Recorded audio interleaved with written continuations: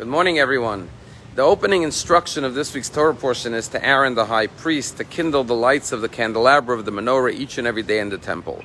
And the second verse says, Aaron performed his duties as God had commanded him.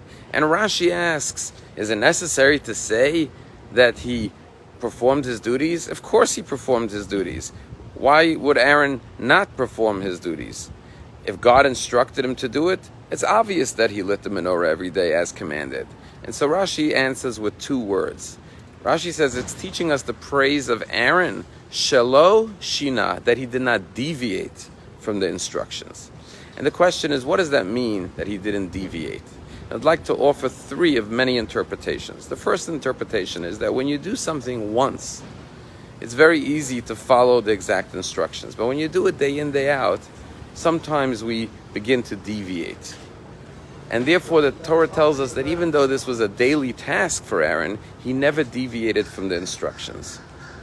The second interpretation is that it doesn't mean that he didn't deviate in his performance. It means that internally he didn't deviate from his enthusiasm. So sometimes when we do something on a routinely basis, the first time it's very exciting. But day in, day out, we start doing it by rote, and we lose the feeling and the love and the pleasure of doing that deed. So therefore the Torah says, Aaron, when he lit the menorah every day, he didn't deviate. He did it with the same passion, excitement each and every day. But a third interpretation to what Rashi means that Aaron's praise was that he did not deviate from what he was commanded to do, is that when Aaron lit the menorah each and every day, he didn't become conceited and arrogant and think, I'm better than others because I'm given the honor of kindling the menorah. He didn't change. He didn't deviate from his character. He didn't change his persona. He remained the same humble Aaron. And all of these three lessons are applicable to our lives. First lesson is that even though we do something every day, we have to do it with the same care, devotion, and never take it for granted, and realize that each day is significant and precious and sacred in its own right. And just because you've done this act multiple times, it should not cause you to lessen your devotion and performance. Second lesson is we have to maintain the excitement and enthusiasm even for things that we do daily. And thirdly, if we were privileged to have a special role and function, we should never allow it to make us arrogant or conceited.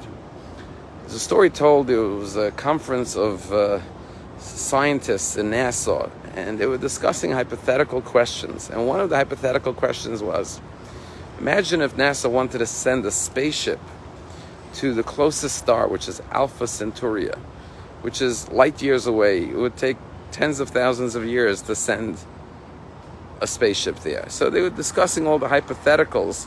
How would they build such a spaceship? How would they have provisions for the astronauts? But then the question came up, and that is that the people who went on this mission obviously would not live throughout the mission. So they would have to procreate on the spaceship and teach their children the manual, the instructions of flying the spaceship, and how to live in the capsule, and how to return it back to Earth. And this would have to go on from generation to generation until the final generation landed the spaceship. And they said, how do we know that the children or grandchildren or great-grandchildren of these initial astronauts will want to continue the mission? Maybe they won't want to follow the manual. Maybe they'll say, we're not interested in this. We didn't sign up for this.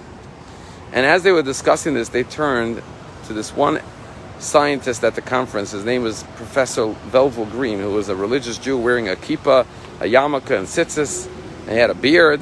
And they said, you know what, let's ask Professor Green, because he's Jewish.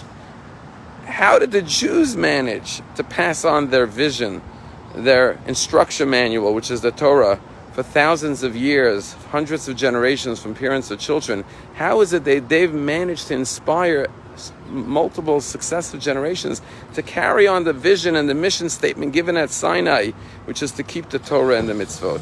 And that's what it means not to deviate, not just in our personal lives, but to make sure that from generation to generation, we continue to keep Shabbat and eat kosher and put on tefillin and do all the mitzvos that have been done by our ancestors to bring this mission of transforming this world to its completion with the coming of the final redemption. This Sunday is Father's Day. I invite all the men and encourage all the women to encourage their men to come 8:15 to the Palm Beach Synagogue to put on their tefillin. There'll be a special tefillin group learning how to put on tefillin and praying with tefillin.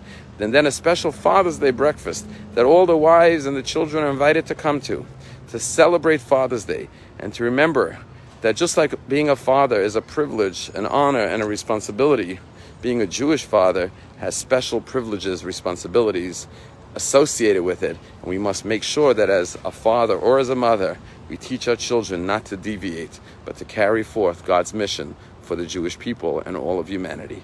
Have a wonderful day.